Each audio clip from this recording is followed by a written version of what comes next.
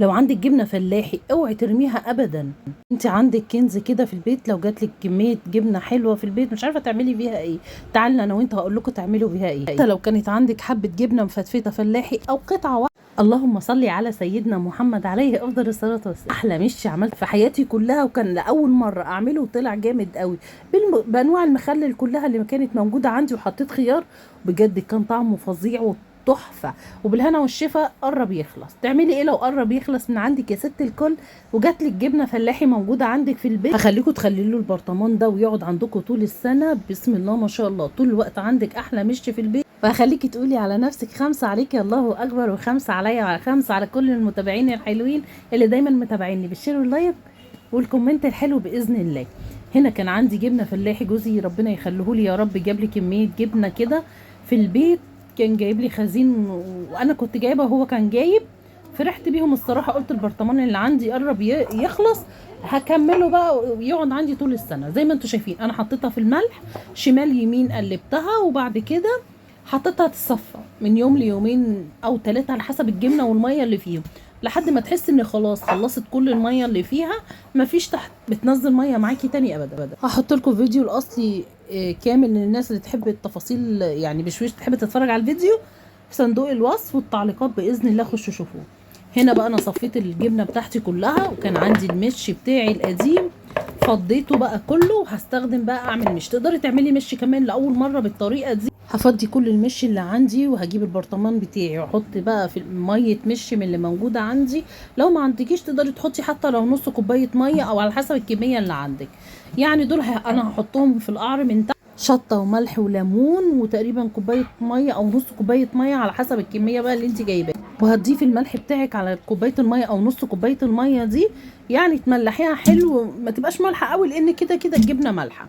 وهنبتدي بقى نحط بقى ايه الملح بتاعنا، شطه هريسه اللي موجود عندك عشان تديكي اللون الحلو ده. ولو عندك مرطه تقدري تحطي، ما عندكيش ممكن تاخدي مش من القديم على تحطي فيه الجبنه الجديده ويتطعم مع بعضه. زي ما انتوا شايفين هبتدي بقى اخد المش بتاعي واحط. بصي ما شاء الله انا كنت عامله برطمان كبير او برطمانين قربوا يخلصوا زي ما انتوا شايفين، وانا بحب حاجتي موجوده. انا ما بشتريش اغلبيه الحاجات من بره، كل حاجه انا بعملها في البيت. كنت حاطه زيتون وخيار وفلفل وليمون وزيتون، كل اللي موجود عندك مخلل حباها الطريقه دي. بجد كان فيديو حلو قوي، واللي عايزه زي ما انا قلت لكم انا هحطه لكم، يا ريت تتفرجوا عليه وتقولوا لي رايكم. هبتدي بقى ارجع المش ده كله تاني، وانا ما كانش عندي مخلل في البيت في التوقيت ده. اشتريت برضو مش مخلل وعملته، وهبتدي بقى احطه دلوقتي. لكن لما انا صورت الفيديو ما كنتش لسه عملت مخلل. زي ما انتوا شايفين كده هرجع بقى كل المش القديم تاني، واحاول على قد ما اقدر كل ما احط حبه اقلب البرطمان معايا. هنا ضفت كل اللي معايا، وحطيت كمان حبه زيت وشطه هريسه وشطه حمراء.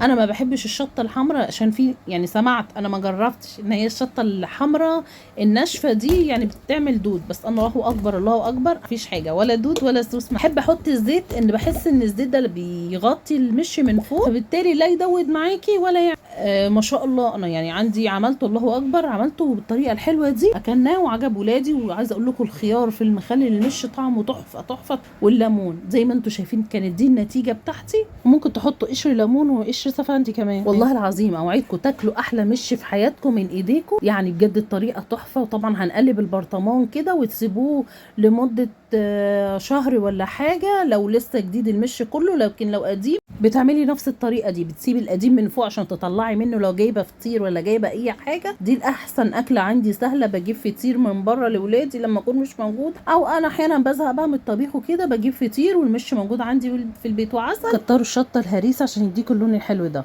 بالهنا والشفا هتاكلي احلى مخلل خيار. اتمنى المتابعه على الفيسبوك واليوتيوب، اجدع ناس الدنيا. 5 عليكم 5 عليا. ربنا يحميكم من كل شر ويبعد عنكم اي حاجه وحشه. قولوا لي بقى من انه بلد بتتابعوني، ومين ست الكل الشاطره اللي بتعمل المش في البيت وبيطلع من ايديها حاجه.